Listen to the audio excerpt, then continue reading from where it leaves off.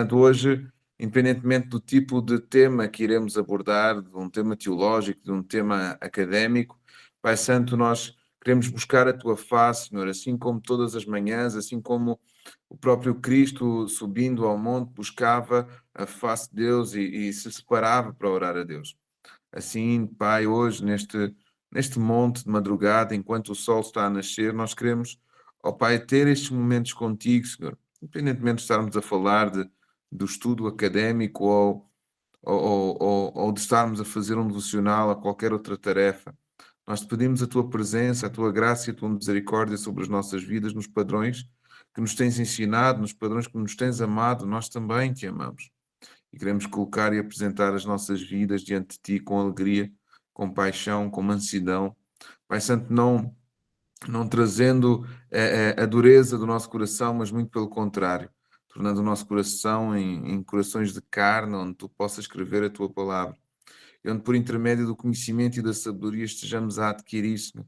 Pai Santo, não só uma capacidade argumentativa, filosófica, para conversarmos também com este mundo, Pai Santo, mas também para trazermos a visão celestial para a terra e sermos sal e luz neste mundo, assim como também descreve a tua palavra. Por isso nós oramos esta manhã, Senhor, colocando e apresentando o nosso coração e a nossa mente, cativos a Ti, Senhor, e à Tua palavra. Que sejas Tu a falar todas as coisas, ó Pai, e a nos ensinar todas as coisas. Que essa semente, ela brote e prospere, e que em nome do Senhor Jesus Cristo, tudo quanto façamos, seja para a Tua honra e para a Tua glória. Em nome do Senhor Jesus Cristo. Amém. Amém? Meus queridos, então, passando aqui à apresentação, tá? Estamos na quarta aula. Hoje, provavelmente, a aula pode ser um pouco mais pequena, mas eu vou pedir que todos possam ter as vossas Bíblias convosco. Eu, por acaso, vim aqui buscar a minha e acabei por distrair, né? Aproveito para apresentar o meu novo xodó, que é isto tudo aqui. Okay? E pronto. Temos que partilhar as bênçãos do Senhor também. Amém, amém. Glória a Deus. Bem, vamos lá. Eu não tive propriamente muito tempo para deixar aqui as passagens bonitas, mas vamos só ver aqui o que falámos na aula anterior, para nós não nos esquecermos de nada. Estávamos a falar sobre a teologia moderna e agora vamos entrar naquilo que são a inspiração da Escritura. Nós hoje não vamos conseguir falar sobre todo este tema e abordar todo este tema da forma correta. Ou melhor, não é da forma correta, é da forma completa, ok? Mas para a semana iremos terminar este tema e adentrar em outro, que eu posso já dar um pré-spoiler, ok? Um spoiler, que é a autoridade da Escritura. Há muito que falar da Escritura, tá? Lembrando que a nossa Bíblia é um conjunto de 66 livros compostos por livros históricos, livros poéticos, livros proféticos, ok? E nós hoje também vamos dar uma pincelada nessa mesma formatação. É importante então nós sabermos do que é e como é inspirada a Escritura, né? Muitos dos argumentos, principalmente dos ateus e de quem não quer acreditar na Bíblia, é que a Bíblia foi escrita por homens. Óbvio que foi escrita por homens, se fossem com anjos, eles traziam uma liturgia e uma escrita que nós não iríamos entender, ok? E ainda, talvez não acreditássemos que teria sido escrita por anjos. Portanto, Deus usou homens, Deus usou uma escrita que provavelmente terá sido ensinado ao homem, nomeadamente com a linguagem hebraica, ok? E inspirou o homem para a Escritura, e a Escritura é a voz de Deus. E nós vamos perceber isso hoje, ok? Então, falando da inspiração divina da Escritura, para a Igreja primitiva, né, dois fatores foram significativos para a sua aceitação plena do Antigo Testamento como divinamente inspirado. Ou seja, a Igreja primitiva tinha o Antigo Testamento como a obra da voz de Deus, a obra da inspiração divina. Okay? Lembrando que se tiveres aí uma Bíblia à mão, tá? O Antigo Testamento, se tu fores ao índice da tua Bíblia, tá? o índice é logo nas primeiras páginas, ele indica-nos o resumo de todos os livros ou da maior parte dos temas que possa ter, ok? E ele está na primeira, então nós temos o Antigo Testamento, ok? Com todos esses livros aí, Gênesis, Levítico, Números, Deuteronômio, Josué, Juízes, Ruth, 1ª e 2ª de Samuel, 1ª e 2ª de Reis, 1ª e 2ª de Crónicas, Esdras, Neemias, Esther, Jó, Salmos, Provérbios, Eclesiastes, Cantar, Salmão, Isaías, Jeremias, Lamentações, Ezequiel, Daniel, Oseias, Joel, Amós, Obadias, Jonas, Miqueias, Naum, Abacuque, Sofonias, Ageu, Zacarias e Malaquias. Okay? Este é o conjunto do Antigo Testamento, do cânon do Antigo Testamento, delineado pela Septuaginta. Contudo e porém, poderá existir outros livros que não foram contemplados aqui, que não fizeram parte do cânon, mas, por exemplo, para o Talmud, que é a tradição hebraica, faz todo o sentido. E quando Jesus ele se levanta contra a tradição hebraica ou contra a tradição judaica, contra os fariseus, ele levanta-se por causa da tradição do Talmud, ok? Tá? Ainda que tenha aqui, quer dizer, ele não se levanta contra o Talmud é a palavra de Deus, mas contra a tradição, ok? Bem, então falando sobre dois fatores significativos para a aceitação do Antigo Testamento como divinamente inspirado na Igreja Primitiva. Em primeiro lugar, havia a declaração reiterada nas suas páginas de que Deus falou, ou Deus disse isto ou aquilo, né? Nós vemos algumas coisas como essas. Deus falou, Deus disse, recebi da parte de Deus, no ano em que o rei Uzias qualquer coisa, Deus me falou, ok? Além disso, muitas profecias do Antigo Testamento relativas ao futuro Messias foram cumpridas, né? Aqui há uma gralha, foram cumpridas em Jesus, e para os cristãos parecia claro que tais profecias só poderiam ter sido comunicadas diretamente por Deus, ok? Então é essencial nós percebermos essa semântica, percebermos esse assunto, não somente por causa do cumprimento das profecias, lembrando uma delas, por exemplo, do livro de Miqueias, onde o profeta anuncia que o Messias iria nascer em Belém, ok? E Jesus Cristo, de facto, nasceu em Belém.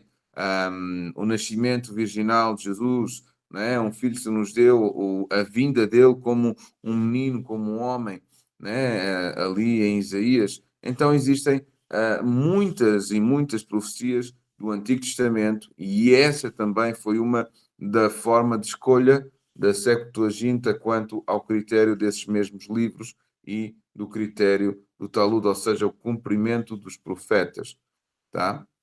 Olhando então para essas escolhas, tá? Ela também, eu creio, inspirada por Deus, que é o conjunto de 66 livros que hoje compõem a Bíblia que nós lemos, tá? Não falando muito das traduções agora, mas sobre a escolha dos livros. Então, o Antigo Testamento, ele ditava, Deus falou, Deus disse isto ou aquilo, e as coisas aconteceram. É interessante, por exemplo, nós vermos os escritos de Jeremias e vermos a historicidade daquilo que aconteceu, né? Aos escritos de Ezequiel, e vermos a historicidade e o cumprimento das profecias. Okay? Então, além disso, muitas profecias do Antigo Testamento relativas ao futuro do Messias foram cumpridas em Jesus, e para os cristãos parecia claro que tais profecias só poderiam ter sido comunicadas diretamente por Deus. No segundo lugar, nós temos a atitude de Jesus em relação à Escritura. Ele disse que a Escritura, o que então significava o Antigo Testamento, não pode ser anulada. E é interessante nós pensarmos também que quando Jesus falava sobre os fariseus e saduceus, e disse, bem falou de vós os profetas. Okay? Então João capítulo 10, versículo 35 diz, e se ele chamou deuses àqueles a quem foi dirigida a palavra de Deus, e a Escritura não pode falhar. Okay? Lucas capítulo 16 também, versículo 17, e é mais fácil passar o céu e a terra do que cair um tilo sequer da Escritura. Okay?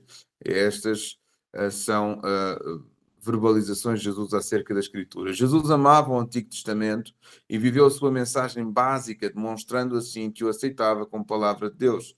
Para a igreja primitiva, o facto de Jesus reconhecer sua inspiração Mateus 22, 43, validava a sua origem divina e comprovava a sua exatidão histórica. Eu vou abrir com vocês aqui Mateus 22, tá? É algo que nós temos que nos habituar, é quando existe um ensino, fazemos verificação também da contextualização apresentada. Mateus 22, 43 diz, e disse-lhe ele, como é então que Davi em espírito lhe chama Senhor, dizendo, disse o meu Senhor ao meu Senhor, assenta-te à minha direita, até que eu ponha os teus inimigos por cabelos dos teus pés. Ok? Então, Jesus reconhece a, a inspiração, ok? Falando de Davi, por exemplo, como então que Davi em espírito lhe chama Senhor, tá? Quando Davi tem então a visão do Senhor, chamando o seu Senhor, ou seja, Jesus também ali em interação com o Pai, ok? Validando então a origem divina e comprova a sua exatidão histórica. A opinião de Cristo sobre o Antigo Testamento tornou-se o ponto de vista expresso no Novo Testamento, que está saturado de situações do Antigo Testamento e de alusões a ele. O uso repetitivo de fórmulas como a Escritura diz, está escrito, Deus disse, o Espírito Santo disse, mostra que no Novo Testamento a Escritura é equiparada à palavra de Deus escrita. Mas e quanto à inspiração do Novo Testamento? Os primeiros pregadores do Evangelho tinham a certeza de que tinham recebido um Evangelho devidamente inspirado. Como dizem em Romanos, capítulo 1, versículo 16, pois não me envergonho do Evangelho, porque é poder de Deus para a salvação de todo aquele que crê, primeiro do judeu e também do grego. Paulo, então, assina aqui como aquilo que está a receber vem por ordem e direção do Espírito Santo. Hoje, a nossa forma de análise, tá? Trazendo algo interessante, eu já vou entrar na forma de análise, mas trazendo algo interessante sobre o Antigo e o Novo Testamento. O Antigo Testamento todo ele aponta para o nascimento e aparecimento do Messias. Ainda que hajam coisas após essas, né, como, por exemplo, as 7 semanas de Daniel, que são profundamente escatológicas, e que ainda estão em cumprimento. Há muitas coisas do Antigo Testamento que ainda estão em cumprimento, mas tudo apontava para o Messias no futuro. Ok? Então, as profecias faziam com que quem cresce nelas aguardasse o Messias no futuro. Tá? Hoje, nós também ainda aguardamos o Messias no futuro, aguardamos a subida da Igreja, ok? E a visão de Jesus Cristo, de estarmos com Ele nos ares e depois de vivermos com Ele no milénio e depois a eternidade. Mas aquilo que apontava o Antigo Testamento era para um desfecho, para o tempo zero, que é a vinda de Jesus Cristo, ok? O nascimento virginal de Jesus Cristo. E hoje nós olhamos para o Novo Testamento como algo que nos faz olhar para o passado, tá? Para também esse mesmo momento. Então é algo importante que nós devemos definir, que é quando nós lemos o Antigo Testamento, não só vamos estar a ver coisas até Jesus e depois delas também, mas quando nós olhamos para o Novo Testamento, está-nos também a apontar para Jesus e para aquilo que aconteceu no passado, não anulando aquilo que está a acontecer no presente. Amém? E então Paulo defende o Evangelho como vindo potencialmente como inspiração de Deus, pois não me envergonho do Evangelho, porque é poder de Deus para a salvação de todo aquele que crê, primeiro do judeu e também do grego. Amém? Então a mensagem do Evangelho é dada de forma oral aos apóstolos, pelo Espírito Santo. Foi posteriormente registrada por escrito pela ação do Espírito, quando por fim o Novo Testamento tomou o seu lugar de escritura ao lado do Antigo Testamento e se deu mediante a consciência do significado específico e consolidado do termo. Escritura tinha a conotação de palavra de Deus escrita. Okay? Ou seja, os apóstolos receberam inspiração oral, inspiração por intermédio da oração, por intermédio da visão em alguns e em várias situações, tá? Os apóstolos diziam e ouvimos do Espírito tal e tal situação. Então é necessário nós percebermos que de facto é assim que se move e não quer dizer que o Espírito hoje esteja anulado, Em que sentido? Porque é que eu disse isso? Hoje não existem mais apóstolos como os delineados do Novo Testamento que fizeram parte da Escritura, tá? Hoje o apostolado, ele não... Ele é diferente no sentido da sua canonização, ok? Ou seja, qualquer apóstolo que escreva um livro ou que envie uma carta, tá? Já não será mais canonizado para a Bíblia. Não irá acrescentar livros na Bíblia, ok? Por isso, em algumas denominações, por exemplo, não se usa a, a denominação apóstolo, ainda que faça parte dos 5 ministérios, não negam isso, ok? Mas não usam a distinção ou o cargo, por assim dizer, de apóstolo. E inclusivamente, se levantam contra quem, quem o assume. Mas hoje entende-se o apostolado como aquele que orienta pastores, que abre a igreja, que faz os 4 ministérios trabalharem juntos. Ok? Então, nesse sentido, é a visão apostólica. Como tal, nós acreditamos na doutrina dos apóstolos e seguimos a doutrina dos apóstolos. Né? Todo o nosso credo de fé, por exemplo, ele é apostólico. E nesse sentido, nós somos também uma igreja apostólica. Ok? Então, não negamos o apostolado, porém, não como os 12 apóstolos que caminharam e viram Jesus dessa forma intensa, apesar de Paulo não ter lidado diretamente com Jesus, Jesus lidou diretamente com ele, ok? E fez dele o maior escritor do Novo Testamento, ok?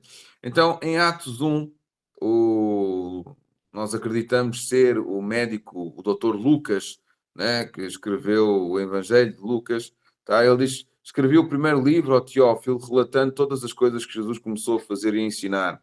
Aqui referia-se ao Evangelho de Lucas, até ao dia em que, depois de haver dado mandamentos por intermédio do Espírito Santo aos apóstolos, escolhera, foi elevado às alturas. Então, os mandamentos escritos no coração dos apóstolos e escrito para os apóstolos veio por intermédio do Espírito Santo, assim como declara esta Escritura.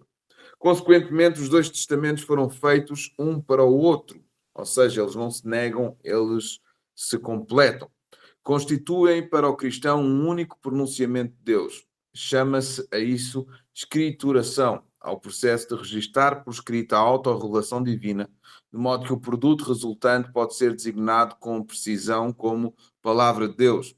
A revelação divina, portanto, acha-se inscrita no registro bíblico. Algumas passagens do Novo Testamento referem-se especificamente à inspiração sobrenatural da Escritura e para os cristãos, porém, a evidência dessa realidade permeia a Bíblia toda. Ok? Então nós temos aqui no nosso ecrã, do lado direito, tá? Aquilo a que chamamos livros históricos, né?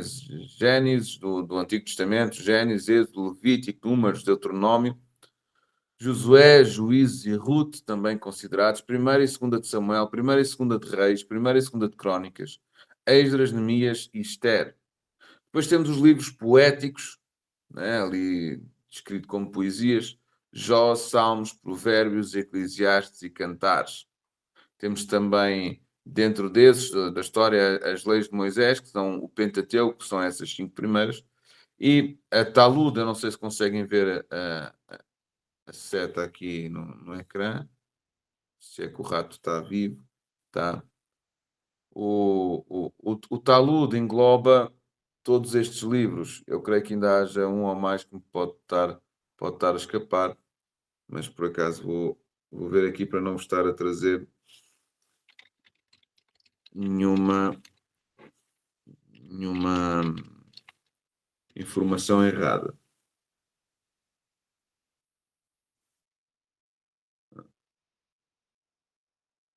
Ok, existem vários tipos de Talmud também, então vamos ter que fazer uma pesquisa mais pormenorizada. Depois, existem os profetas maiores, considerados Isaías, Jeremias, Lamentações, Ezequiel. Lamentações é um conjunto, né, de Jeremias. Jeremias entra aqui também. E os profetas menores, Daniel, Oseias, Joel, Amós, Obadias, Jonas, Miqueias, Naum, Abacuque, Sofonias, Ageu, Zacarias e Malaquias. Abacuque ou Naum são excelentes nomes para dar a nossos filhos. Okay? Serão únicos.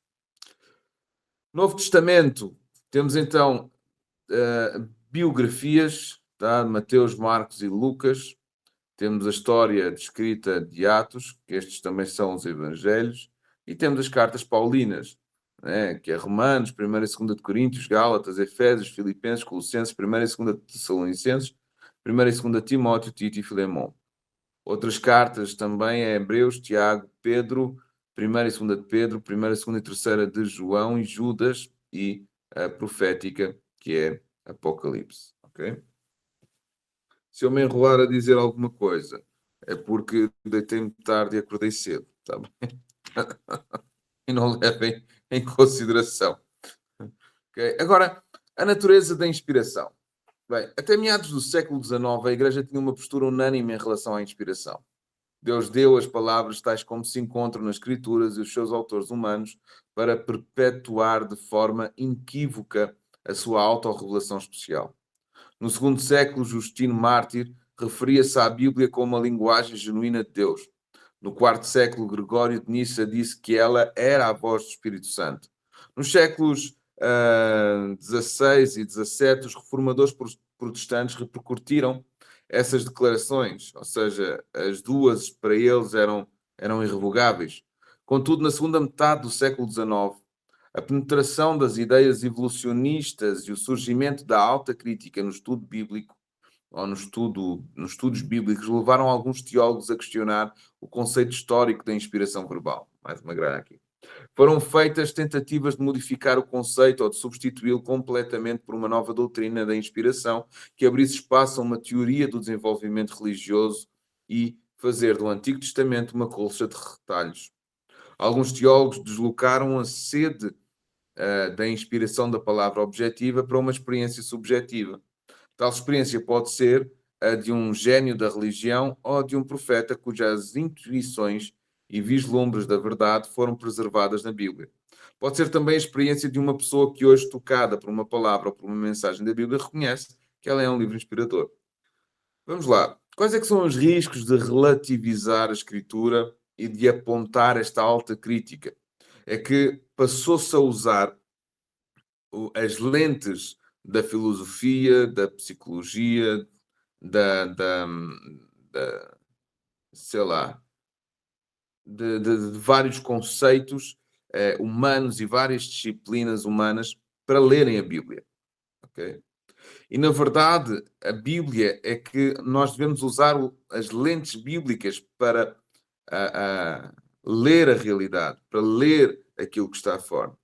Porquê é que eu estou a dizer isto? Porque, olhando, por exemplo, para a relatividade, né, sobre cada um tem hoje a sua verdade, o que está a acontecer no seu extremo, por causa de uma definição sobre a própria verdade, o que é verdade, né? O que está a acontecer é que a própria ciência está a começar a ser negada. O que dirá então da palavra de Deus? O que dir-se-á então da Bíblia? Em que sentido? Quando nós olhamos para as agendas ideológicas, né? Elas são colocadas como uma verdade absoluta. E isso é extremamente perigoso. Em que sentido? Eu sou aquilo que eu sinto e não aquilo que a minha própria natureza me diz que eu sou. Okay? E nesse sentido, quando tudo é possível já nesse cenário, okay? O que dizer então da palavra da verdade, da palavra inerrante, da palavra de Deus, da própria Bíblia?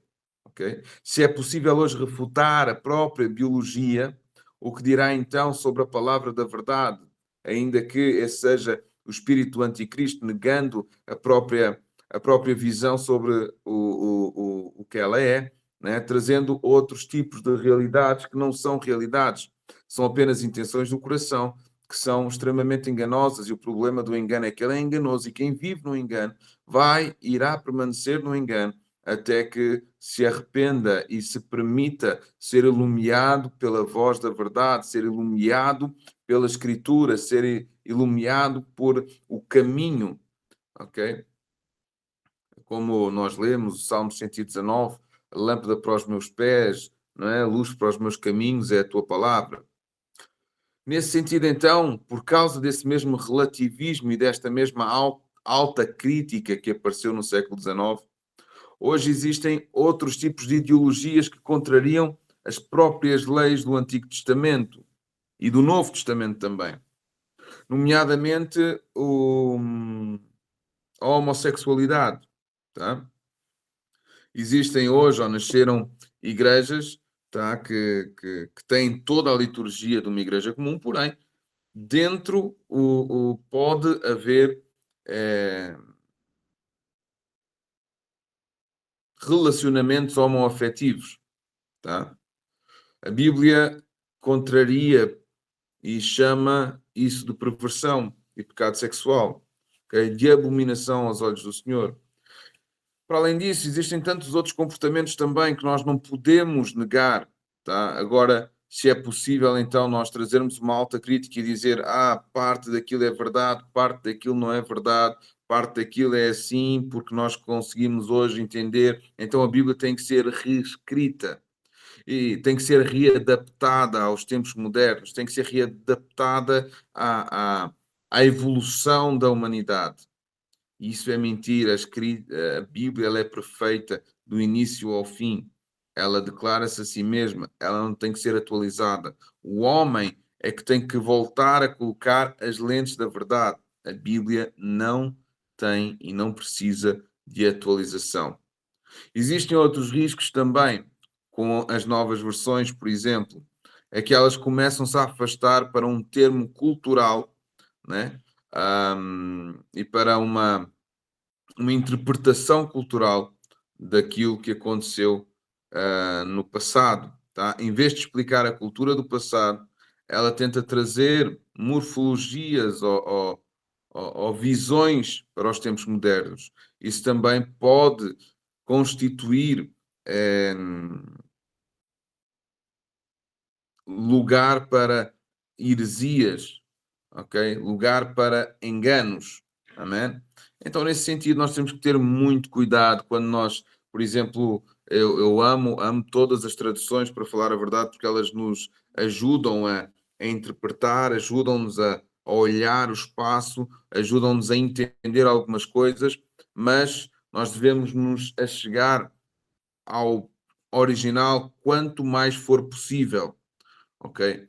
Por isso, muitas vezes, nós devemos pegar, sim, num estudo sistemático, numa exegese correta, em analisar palavra por palavra, em observar aquilo quer dizer do grego, o que é que aquilo quer dizer do hebraico, e daí tirar conclusões, né? Não andar como eu quis dizer no outro dia, quem anda pela cabeça dos outros ou quem anda na cabeça dos outros é o piolho, né? Então nós temos que aprender a ler, temos que aprender a sentar e observar todas as coisas, ok? E administrar se é bíblico, se não é bíblico, e o que é que a Bíblia realmente quer dizer com aquilo, tá? Nós precisamos de perguntar, ok? Então essas alterações drásticas do ponto de vista não correspondem à compreensão que a Bíblia tem a sua inspiração. Pois a profecia nunca foi produzida por vontade humana, mas homens falaram da parte de Deus, conduzidos pelo Espírito Santo, segundo Pedro 1:21. Okay? Portanto, de acordo com o Novo Testamento, os profetas do Antigo Testamento proclamaram uma palavra iniciada e controlada pelo Espírito Santo. O que disseram não foi meramente a expressão do que pensavam ou a expressão do pensamento divino por meio das suas palavras, e sim palavras da parte de Deus, à medida que eram conduzidos, no original grego, movidos ou impelidos pelo Espírito Santo. Embora a passagem trate especificamente da profecia falada, o apóstolo Pedro parece usar a ação do Espírito nos profetas para enfatizar a origem divina da Escritura em toda a sua extensão. Portanto, esta é uma das revelações que nos levam a olhar a palavra de Deus como a verdade. Tá?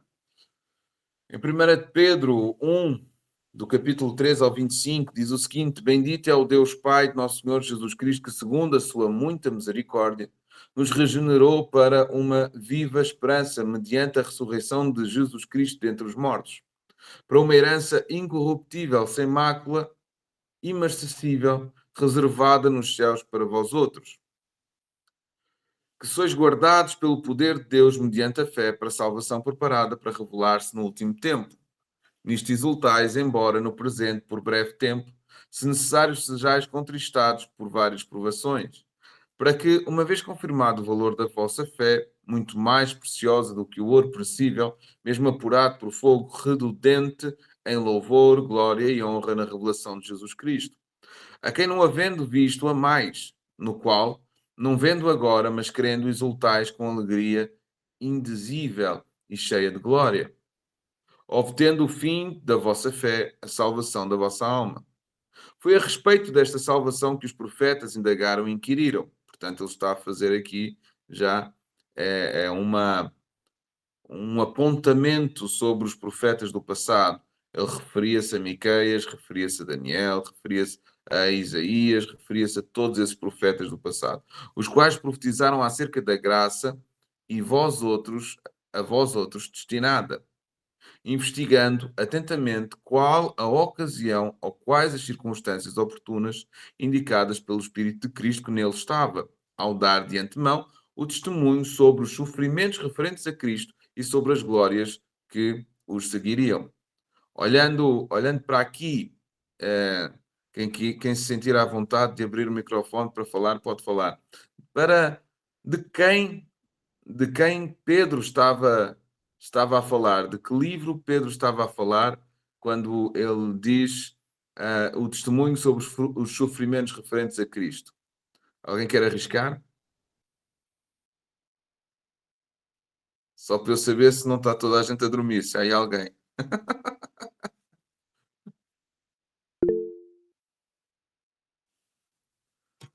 Podem escrever também no chat.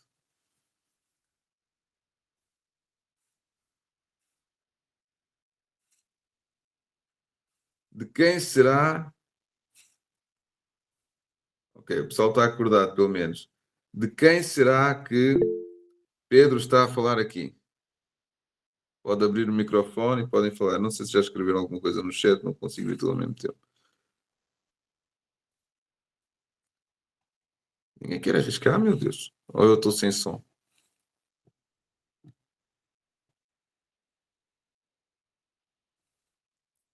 Não fiquem com medo, é só falar. De quem Pedro está-se a referir aqui no que trata aos sofrimentos referentes a Cristo?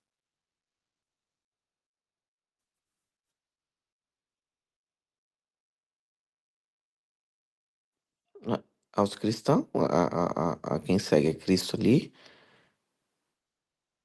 Boa tentativa, Júnior. Não, estou a falar de um profeta que anunciou sobre os sofrimentos de Cristo.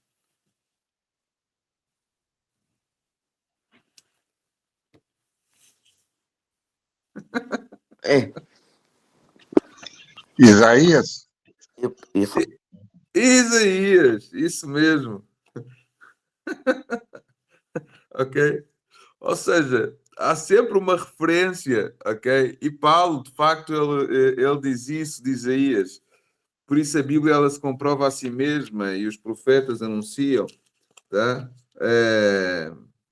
Olha, vamos lá. Isaías capítulo 9 diz o seguinte: Mas a terra que foi angustiada não será entenebrecida. Ela envelheceu nos primeiros tempos, a terra de Zebulon e a terra de Naftali, mas nos últimos enobreceu junto ao caminho do mar, além do Jordão, a Galileia dos gentios. Galileia dos gentios. O povo que andava em trevas viu uma grande luz e sobre o que habitavam na região da sombra da morte resplandeceu a luz. Quem se lembra que havia os judeus, aliás, nesta região, ela estava sob o domínio de Roma E o que é interessante, para além desta já dimensão, é que aparece a estrela de Davi aos pastores e eles identificam a vinda do Messias por causa disso. Ok? O Messias nasceu, nós vimos a estrela. E isso quer dizer, então, andavam em trevas e viu uma grande luz sobre os que habitavam na região da sombra da morte e resplandeceu.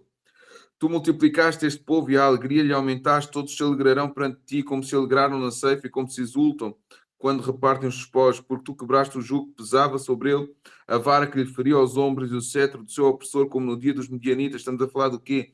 Da escravidão do pecado. Porque toda a armadura daqueles que pelejavam com ruído e as vestes que rolavam de sangue serão queimadas, servirão de pasto a fogo. Porque um menino nos nasceu, um filho se nos deu, e o principado está sobre os seus ombros. Seu nome será maravilhoso, conselheiro, Deus forte, Pai da eternidade, príncipe da paz. Do incremento deste principado e da paz não haverá fim sobre o trono de Davi no seu reino, para o firmar e fortificar em juízo e em justiça desde agora e para sempre. O zelo do Senhor dos Exércitos fará isso. Ok? Então, olhando para isso, nós vemos a profecia que se cumpre no dia do nascimento de Jesus. Ok? Deixa ver aqui coisas mais interessantes. Isaías 60. Deixa eu ver aqui. Isaías 52, 3. Eis que o meu servo operará prudência, será engrandecido e elevado e muito sublime, como pasmaram muitos à vista dele, pois a sua aparência estava tão desfigurada. Jesus foi completamente desfigurado, ele foi espancado. Ok? São profecias que se cumpriram, da qual o apóstolo Pedro ele está a fazer menção, né? A dar de antemão testemunho sobre os... Vou ler do 10. 1 de Pedro, capítulo 1, versículo 10. Foi a respeito desta salvação que os profetas indagaram e inquiriram, os quais profetizaram acerca da graça, a vós outros destinada, investigando atentamente qual a ocasião ou quais as circunstâncias oportunas indicadas pelo Espírito de Cristo que nele estava, ao dar de antemão testemunho sobre os sofrimentos referentes a Cristo e sobre as glórias que os seguiriam. Ok? Reparem então, nós estamos a ler agora nesta viagem para trás, e ver o profeta Isaías, no que é que ele diz a respeito disto. Estamos a ler em Isaías 52, 13. Vamos passar para o 14, 15. Vamos, 15. Assim borrifará muitas nações, o seu sangue foi aspergido, e os reis fecharão a boca por causa dele, porque aquilo que lhes foi anunciado verão, e aquilo que lhe não ouviram de antemão. 53. Quem deu crédito à nossa pregação e quem se manifestou o braço do Senhor, pois foi subindo como renovo, perante e como raiz de uma terra seca, não tinha parecer nem formosura. E olhando nós para ele, nenhuma beleza víamos para que o desejássemos. Era desprezado e o mais indigno entre os homens, homem de dores, experimentado nos trabalhos, e como um de quem os homens escondiam o rosto, era desprezado, e não fizemos dele caso algum. Ou seja, não fizemos dele, ele está a dizer que os próprios israelitas, os que eram do seu povo, iriam desprezar aquilo que ele fez. E nós sabemos que somente os apóstolos, e ainda esses caíram, ou melhor, os discípulos, ainda esses caíram na sua fé referente à morte de Cristo, pois só depois dele ressurreto, e quando o viram ressurreto, é que eles voltaram-se a alegrar. Só houve um discípulo, na verdade, que se manteve junto com a família de Jesus, que é João. Okay? Então, era durante os 3 dias da morte de Jesus, né? Então, era desprezado e mais indigno. Verdadeiramente, ele tomou sobre si as nossas enfermidades e as nossas dores levou sobre si. E nós o reputámos por aflito. Esta é a imagem da cruz. Ferido de Deus e oprimido. Mas ele foi ferido pelas nossas transgressões, moído pelas nossas iniquidades. O castigo que nos traz a paz. Lembram-se de João que disse: este é o Cordeiro, João Batista, este é o Cordeiro que tira o pecado no mundo. Ele é o Cordeiro da expiação. Então o castigo que nos traz a paz estava sobre ele. E pelas suas pisaduras fomos sarados. Todos nós andávamos desgarrados como ovelhas, cada um se desviava pelo seu caminho, mas o Senhor fez cair sobre ele a iniquidade de nós todos.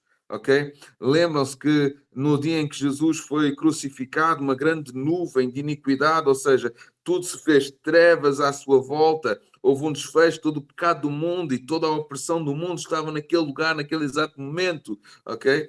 Isso para mim é revelador. Eu começo-me a sair de mim mesmo e começo a ser... Já estava escrito todos os passos que haviam de ser anunciados através de Jesus Cristo, e Jesus Cristo cumpriu-os absolutamente todos. Da opressão e do juízo foi tirado. E quem contará o tempo da sua vida? Por quando foi cortado da terra dos viventes, ou seja, ele morreu. E pela transgressão do meu povo ele foi atingido. E puseram a sua sepultura com os ímpios e com o rico. Jesus foi sepultado numa sepultura de um rico na sua morte, porquanto nunca fez injustiça nem houve engano da sua boca. Ele nunca pecou, ele nunca falhou, ele nunca disse uma mentira. 10. Todavia, no Senhor agradou-me ele, fazendo enfermar, quando a sua alma se puser por expiação do pecado. Verá, a sua posteridade prolongará os dias, e o bom prazer do Senhor prosperará em sua mão. O trabalho da sua alma ele verá e ficará satisfeito. Ora, como é que um morto pode ver? Aqui já anuncia a ressurreição do próprio Cristo. Ele verá o fruto do seu trabalho, os seus olhos verão o fruto do seu trabalho, e verão os discípulos e os apóstolos seguirem nesse mesmo trabalho que ele mesmo começou.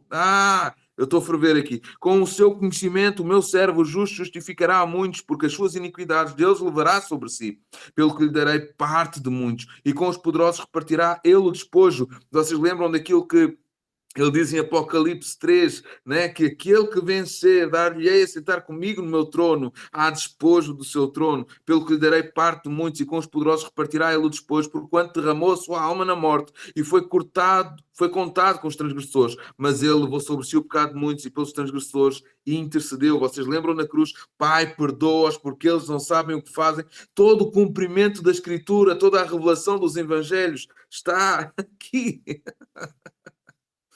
É muito louco, meu. Por isso canta alegremente ao estéril que não deste à luz, exulta de prazer com alegre canto e exclama, tu que não viste dores de parto, porque mais são os filhos da solitária do que os filhos da casada, diz o Senhor, amplia o lugar da tua tenda e as cortinas das tuas habitações, ou seja, irá haver um crescimento enorme, e logo na primeira pregação, quando Pedro se levanta cheio do Espírito de Deus, 3.000 almas se convertem. Meu Deus! Só tenho vontade de ler o resto. Bora. Porque amplia o lugar da tua tenda, as cortinas das tuas habitações se estendem. Não impeças, alonga as tuas cordas e firma bem as tuas tacas, porque transbordarás à mão direita e à esquerda, e a tua prosperidade possuirá as nações e fará que sejam habitadas nas cidades assoladas. Não temas, porque não serás envergonhado, e não te envergonhes, porque não serás confundida. Antes te esquecerás da vergonha da tua mocidade e não te levantarás mais com a pobre da tua viuvez, porque o teu Criador é o teu marido. Senhor dos exércitos é o seu nome, o Santo de Israel é o seu Redentor, ele será chamado o Deus de toda a terra. Ora, se todas estas coisas aconteceram, o final das coisas também aconteceram, por isso nós somos chamados a noiva de Cristo, por isso a igreja é chamada a noiva de Cristo, já está anunciada aqui, ele será como nosso marido, ok?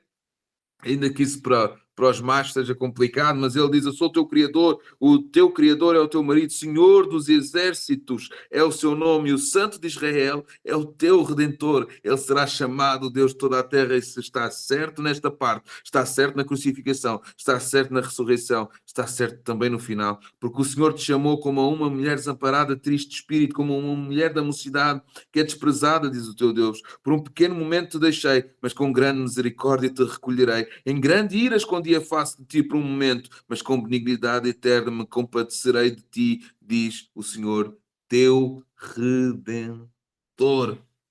Meu.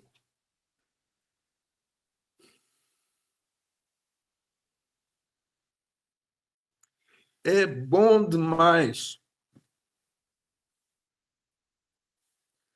Aleluia, é bom demais. Como ficar indiferente à revelação da palavra, como ficar indiferente à revelação do Espírito.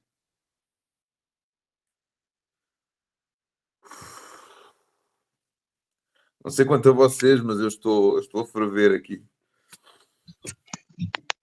É o teu filho Isaías. Aleluia. Glória a Deus. Bem, vamos continuar.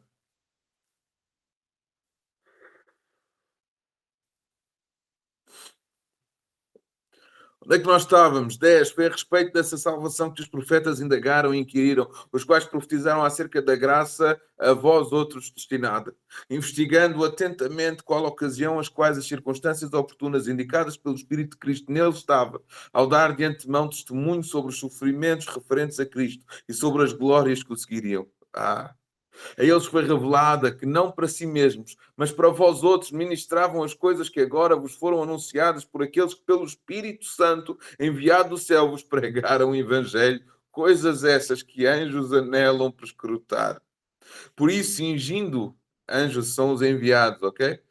Por isso, cingindo o vosso entendimento, sede sóbrios e esperai inteiramente na graça que vos está sendo trazida na revelação de Jesus Cristo. Como filhos da obediência, não vos amoldeis às paixões que tinhais anteriormente da vossa ignorância, ou seja, às paixões do mundo. Pelo contrário, segundo é santo aquele que vos chamou, tornai-vos santos também vós mesmos em todo o vosso procedimento. Porque escrito está, sede santos, porque eu sou santo. Ora, se invocais como Pai aquele que, sem exceção de pessoas, julga segundo as obras de cada um, portai-vos com temor durante o tempo da vossa peregrinação, sabendo que não foi mediante coisas corruptíveis, como prata ou ouro, que fostes resgatados como vosso fútil procedimento de vossos pais vos legaram, mas pelo precioso sangue, como de cordeiro sem defeito e sem mácula, o sangue de Jesus Cristo, o sangue de Cristo, conhecido com efeito antes da fundação do mundo, porém manifestado no fim dos tempos por amor de vós, que por meio dele tendes fé em Deus, o qual o ressuscitou dentre os mortos e lhe deu glória, de sorte que a vossa fé e esperança estejam em Deus, tendo purificado a vossa alma pela vossa obediência à verdade, tendo em vista o amor fraternal, não fingido, amai-vos de coração uns aos outros ardentemente, pois fostes regenerados, não de semente corruptível, mas de incorruptível, mediante a palavra de Deus, a qual vive e é permanente. Pois toda a carne é como a erva, toda a sua glória como a flor da erva seca-se e cai a sua flor. A palavra do Senhor, porém, permanece eternamente. Ora, esta é a palavra que vos foi evangelizada. Glória a Deus.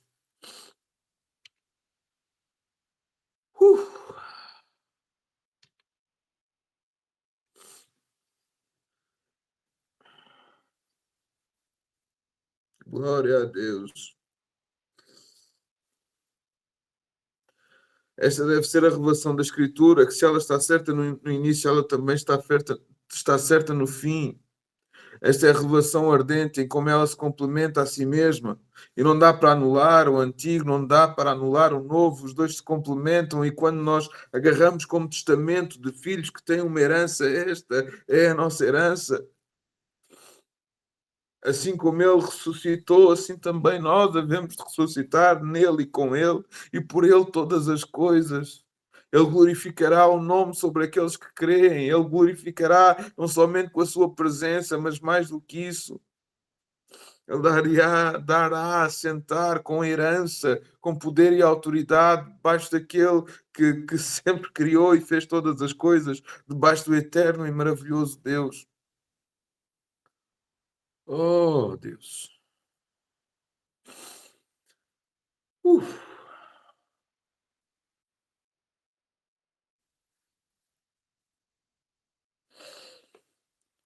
Aleluia. Aleluia. É impossível não falar da glória e da presença de Deus e da revelação da sua palavra sem que se aqueça ou não se aqueça os nossos corações com a revelação da Escritura. É fácil de perceber e entender quando as Escrituras nos são abertas de forma entusiasmante e alegre por receber essa palavra. É impossível não arder os nossos corações e não se abrir as nossas mentes e ver o início, o meio e o fim e a revelação da sua glória inerente à sua palavra.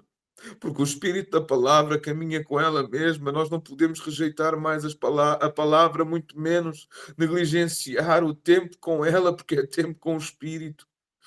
Por isso nós devemos nos dedicar de antemão, constantemente, não somente a observar as Escrituras, mas a viver as Escrituras, porque o Senhor se revela a si mesmo. Oh, quão maravilhoso Deus!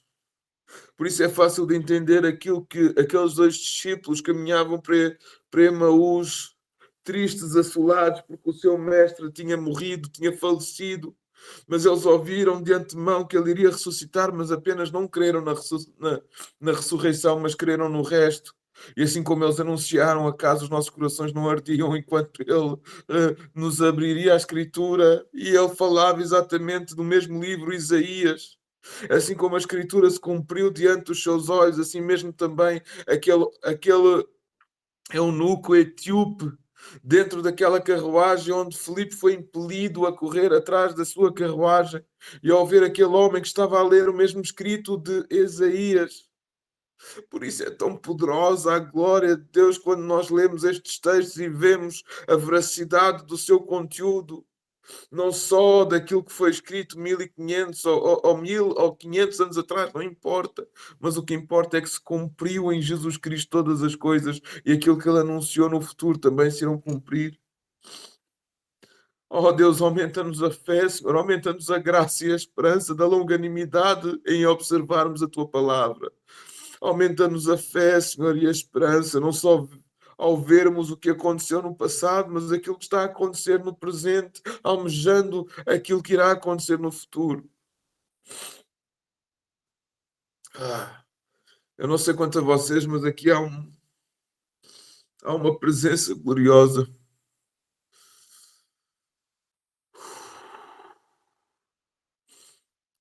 Senhor, Tu és bom em todo o tempo. Aleluia. Aleluia.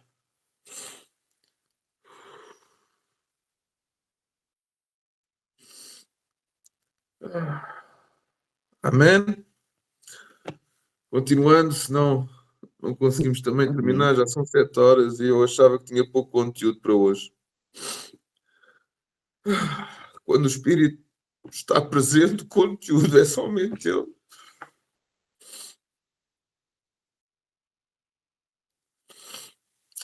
Santo e maravilhoso Deus. O mesmo Espírito então impeliu Paulo a escrever. E em 2 de Pedro, capítulo 3, versículo 15, diz: E tendo por salvação a longanimidade de Nosso Senhor, como igualmente o nosso amado irmão Paulo escreveu, segundo a sabedoria que lhe foi dada, Pedro fala acerca de Paulo ao falar acerca destes assuntos, como de facto costuma fazer em todas as suas epístolas, nas quais há certas coisas difíceis de entender que os ignorantes e instáveis deturpam, como também deturpam as demais escrituras para a própria destruição deles.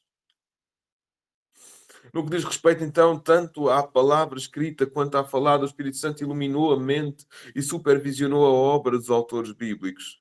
De acordo com Paulo, a linguagem da Escritura foi literalmente no grego soprada por Deus. Em 2 Timóteo, capítulo 3, versículo 16, toda a Escritura é inspirada por Deus e útil para o ensino, para a repreensão, para a correção, para a educação na justiça. Reparem, ele começa a dizer para o ensino, no ensino há repreensão, na repreensão há correção, e isso tudo para a educação na justiça. Quando nós negamos o ensino, negamos a repreensão, negamos a correção e negamos então a justiça. Eu não sei quantos mais há. Ok, há só mais 2, estamos já a terminar. Então ele sopra a sua palavra. No termo grego, conforme utilizado pelo apóstolo, significa que a Escritura é mais do que um tipo comum de escrita sobre a qual teria meramente soprado Deus. Paulo também quis dizer que a Bíblia é mais que um livro que o Espírito emana. Ela é, isto sim, produto do sopro criador de Deus e, portanto, um produto divino. No Antigo Testamento, os termos hebraicos sopro são frequentemente traduzidos como espírito nas diversas versões. Nós vemos em Gênesis capítulo 1 e nos versículos que se seguem. O sopro de Deus, também designado como Ruá, é uma expressão usada em referência à atuação do Espírito mediante o seu poder criador. E temos aqui essas mesmas referências. Esse poder criador é a fonte de atividades e habilidades humanas especiais requisitadas por Deus para a realização dos seus propósitos. Ao longo de todo o Antigo Testamento, o sopro do Espírito de Deus aparece especificamente associado à profecia. Tais observações constituem o pano de fundo que permite entender a expressão paulina soprada por Deus. Os céus foram feitos pela palavra do Senhor e todo o exército de deuses pelo sopro da sua boca. De igual modo, as escrituras foram produzidas pelo sopro divino. No início, ao enviar o seu Espírito, Deus realizou a obra da criação. Deus soprou-lhes nas narinas o fogo de vida e o homem tornou-se alma vivente. De igual modo, Deus soprou por meio do homem as palavras que foram as escrituras, que trazem a imagem de Deus e que por si sós instruem para a salvação e preparam para a justiça. Deixa-te dizer algo, que Deus glorifica-se sempre a si mesmo e o espírito de vida glorifica a Deus. Esse glorificar é um som, esse glorificar é uma resposta a essa mesma existência, a essa mesma vida. Aquilo que eu quero te dizer é que, se puderes agora, fecha os teus olhos e deixa-me trazer-te esta imagem, e com os olhos fechados, sem adormecer, claro, que possas visionar esta mesma imagem, que Deus com as suas mãos, Ele criou o homem, do barro o formou, Ele o fez e o criou dos seus órgãos internos para a sua pele. Cada osso, cada parte do homem foi criada e constituída pelas suas próprias mãos. Ele criou o homem. E quando ele soprou o fogo de vida, quando ele soprou o ruá, quando ele soprou o seu espírito nas narinas do homem, a primeira coisa que começou a acontecer foi que o homem respirou, ele insuflou e o seu coração começou a bater. Patac, patac, pac, pac, pac, pac. E nesse sentido, a resposta sobre esse mesmo coração é um batimento, é um ritmo, é um batimento cardíaco, e esse mesmo coração de onde provém as fontes da vida. Ele começou como com aquele som a adorar de forma constante a Deus. Portanto, a primeira coisa que aconteceu foi o espírito de vida com o próprio som sobre a matéria que lhe foi dada, que é o coração do homem. Passou a trazer a adoração, a primeira adoração humana a Deus, que é o bater do seu coração. Quando as duas células entre uma mulher e um homem se juntam no útero de uma mulher.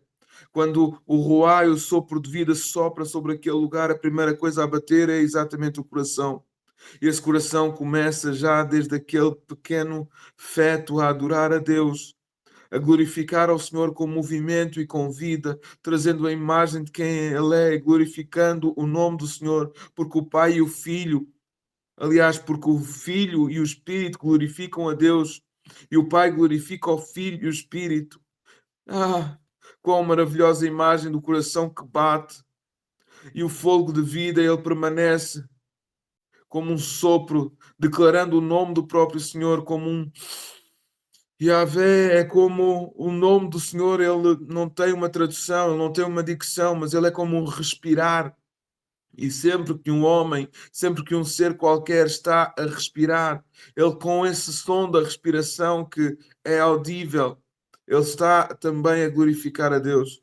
Então todo o espírito de vida e toda a sua imanência está a glorificar a Deus. Por isso, os anjos declaram uns para com os outros: a terra está cheia da sua glória.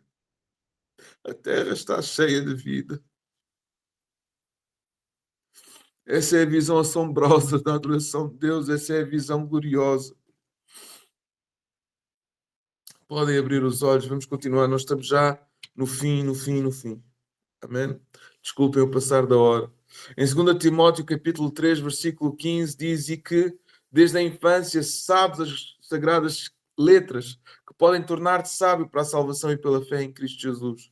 Toda a Escritura é inspirada por Deus e útil para o ensino, para a repreensão, para a correção, para a educação na justiça, a fim de que o homem de Deus seja perfeito e perfeitamente habilitado para toda a obra. Igualmente, então, significava em todo o Antigo Testamento é a associação entre espírito e palavra, sendo a distinção entre as duas comparável à distinção entre sopro e a voz divinas. A voz é a expressão articulada de um pensamento, ao passo que o sopro é a força por meio da qual as palavras se tornam realidade. No Novo Testamento, o sopro divino, agente da palavra de Deus, é o Espírito Santo. A relação entre o Espírito e as Escrituras é de tal modo próxima que a declaração, o Espírito Santo diz, equivale às Escrituras, dizem em Hebreus 7, Hebreus 3, 7, temos essa comparação. Paulo disse que aquilo que registrou por escrito à igreja de Coríntio foi comunicado não por palavras ensinadas pela sabedoria humana, mas com palavras ensinadas pelo Espírito Santo. Ele acrescenta que, por meio das palavras que aprendeu com o Espírito, estava interpretando coisas espirituais para pessoas espirituais. 1 Coríntios 2,13. Os teólogos então costumam chamar de os teólogos costumam chamar de iluminação em vez de inspiração ao processo pelo qual o Espírito faz com que o leitor ou ouvinte compreenda as Escrituras. Se compreendeste hoje alguma coisa das Escrituras, foi o próprio Espírito Santo quem te revelou. Se compreendeste a visão de Isaías, quando ele declara ali em Isaías 53 e 54, nós conseguimos ver o cumprimento da Escritura em Jesus Cristo. Na verdade, quem nos revela isso é o próprio Espírito Santo. Amém? Glória a Deus. E está terminada por hoje a nossa aula. Amém? Amém. Glória a Deus. Vamos orar. Pai Santo e amado, Senhor, quão gloriosa é a Tua presença quando a Escritura nos é revelada. Quando nos é revelada a Tua voz, Senhor, quando nos é revelada, Senhor, o brilho da Tua face. A alegria, ó Pai, excede o nosso entendimento. A compreensão, Senhor, enche-nos de temor, mas também de alegria e de esperança. Na verdade, é um misto de emoções que não consigo descrever acerca da revelação da Tua presença e acerca da visão da Tua Escritura. Pai Santo, leva-nos a entender, ó Pai, os parâmetros da Tua Escritura, para que os nossos corações se alegrem, Senhor, e tragam a revelação de quem Tu és. Que aquilo que nós possamos ouvir, pensar, dizer, esteja sempre de acordo, ó Pai, com a Tua revelação, com a imensidão, Senhor, da Tua presença. Ó Deus, que cada um aqui esta manhã possa estar a sentir e ver aquilo que eu estou a sentir e ver aquilo que eu estou a ver. De quão maravilhosa graça é a revelação da Tua Escritura. Ó Pai, deste entendimento aos pequeninos, mas que creem. Tu trazes, ó Pai, palavras de vida e de esperança. Ao que não tem esperança, dás filhos à estéril. Àqueles que não têm sabedoria e que a pedem, Tu dás sabedoria. Tu dás entendimento. Tu dás a esperança e a fé, Senhor, com maravilhosa graça e justiça, Pai. Ensina-nos, Senhor. Deixa-nos aprender, ó Pai, todas as coisas acerca da revelação da Tua palavra, para que em tudo nós sejamos testemunhas, não somente daquilo que ouviram, mas daquilo que viveram. Em nome do Senhor Jesus Cristo. Traz experiências espirituais a meus irmãos, Senhor, e que essa mesma presença e essa mesma consolação que eu estou a sentir esta manhã, Senhor, que eles estejam a sentir. Pai Santo, hoje nós oramos, é carnaval, existem folias hoje. Hoje é a festa da carne, mas hoje nós escolhemos o melhor lugar, que é estar na Tua presença. Nós escolhemos o melhor lugar, Senhor, que é estar em meditação com a Tua palavra, ainda que estejamos a falar de uma forma académica, mas o Teu Espírito invadiu todo este espaço com a Tua presença e não há como rejeitá-la, muito pelo contrário. Nós amamos a Tua presença e precisamos e queremos mais da Tua presença. Que em nossos corações haja uma fome, Senhor, e uma sede por Ti, fome e sede pela Tua presença, fome e sede pela revelação da Tua palavra. Enche-nos desse mesmo amor, Senhor, desse mesmo entendimento, e que o nosso coração seja um em buscar-Te, em amar-Te e em amar-nos uns aos outros e em cumprirmos a Tua palavra em todos os seus desfechos, em nome do Senhor Jesus Cristo. Pai Santo, que quem está cansado seja restaurado, que aquele que tem pouco ânimo seja animado e que a Tua alegria preencha as nossas vidas e os nossos corações. Obrigado pela Tua presença, obrigado pela Tua palavra, obrigado pela Tua revelação. Que em nome do Senhor Jesus Cristo, ó Pai, seja em nós a alegria de Te ter como nosso Senhor e como nosso Redentor e a esperança daquilo que virá em nossas vidas, em nome do Senhor Jesus Cristo. Que cada um tenha um dia tremendamente abençoado na presença do Senhor, com a sua casa, com a sua família, nos seus afazeres, e que o Senhor seja glorificado através das vossas vidas, em nome do Senhor Jesus Cristo. Amém. E amém. E amém. Glória a Deus. Amém. Amém. Glória a Deus. Amém. Amém. Glória a Alguém tem Deus. alguma questão? ou queira partilhar alguma coisa, eu posso ter errado em alguma exposição, e se quiserem corrigir, podem corrigir, ok? Eu não sou detentor de toda a verdade, principalmente quando durmo 3 horas. Os cientistas, hoje em dia, eles dizem, né, que a maioria deles dizem que quando nós respiramos, nós, as pessoas, os animais, todo mundo, nós estamos glorificando a Deus, né? Exatamente. O som que sai é o nome do Senhor, É, é o nome de Deus. Amém? amém. Glória a Deus. Não sei se é por aí, senão vamos desligar e vamos todos embora. Bem, é bom vos ver, ainda para mais hoje no dia de Carnaval, né? Num feriado também. Quase que esta aula não saía hoje, tá? Ontem foi um dia tão atarefado, foi muito difícil, então fiz um pacto com Deus em que Ele me daria força, né? Eu não estava à espera, era que Ele se fizesse presente desta forma tão maravilhosa como foi esta manhã, como está ainda esta manhã. Amém. Aleluia. Glória a Deus. Mas é bom demais. Agora a minha vontade era acordar ali toda a gente e pessoal, vamos para a igreja. Agora, se vocês estão a ver aí a minha fotozinha aí no vinho, isso foi no início do meu ministério. Havia uma pessoa em mim né? Eu comi essa pessoa e hoje eu e ela temos 90 e alguns quilos, mas esta pessoa que está aqui tinha menos 30 quilos do que a pessoa que está aqui hoje à vossa frente e não sei quantos anos de idade. Eu estava a ver a foto, vou usar um perfil já antigo, mas foi o início ali do ministério. Mas 90 quilos aí, pastor, mas 60 e pouco é só de barba, né? Obrigado pela simpatia. Não parece que seja tanto. Não. Depois, O peso que havia na barba voou no cabelo. depois que eu fiz esse jejum de janeiro e eu continuei uma parte agora em fevereiro, eu emagreci 18 quilos. Uau! Boa montanha. Boa. Eu precisava também dessas coisas, de emagrecer uns 20 quilos. Mas não dá. Quer dizer, dá. Dá, mas preciso mudar vários hábitos, para falar a verdade. Meus queridos, é isto.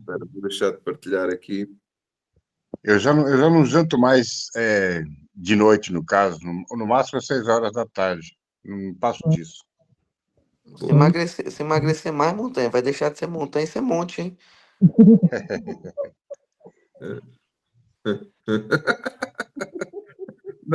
Não dá. O montanha é muito grande. Ele vai continuar a ser montanha. O meu montanha é por 1,95. Não é pela barriga. Exatamente. Meus queridos, é isso. Olha, É isso. Deus vos abençoe grandemente. Obrigado. Aqui, quem nos acompanha no YouTube, também um forte abraço a todos. Se ainda não frequentas a nossa casa, ali a Equibal, fazemos-te o convite diretamente de estar connosco aos domingos às 10 da manhã e também no discipulado. Quinta-feira nós teremos discipulado. Estou animadíssimo para aquilo que Deus irá fazer no nosso meio. Tá? E deixo aqui então um forte abraço a todos. Deus abençoe grandemente. Tenham um ótimo feriado. Okay? Bom dia. Tentem estar com a família, que é importantíssimo. E sejam tremendamente abençoados. Um forte abraço a todos. Até logo. Amém, amém. Amém, amém, pastor. Quem for trabalhar, Deus abençoe.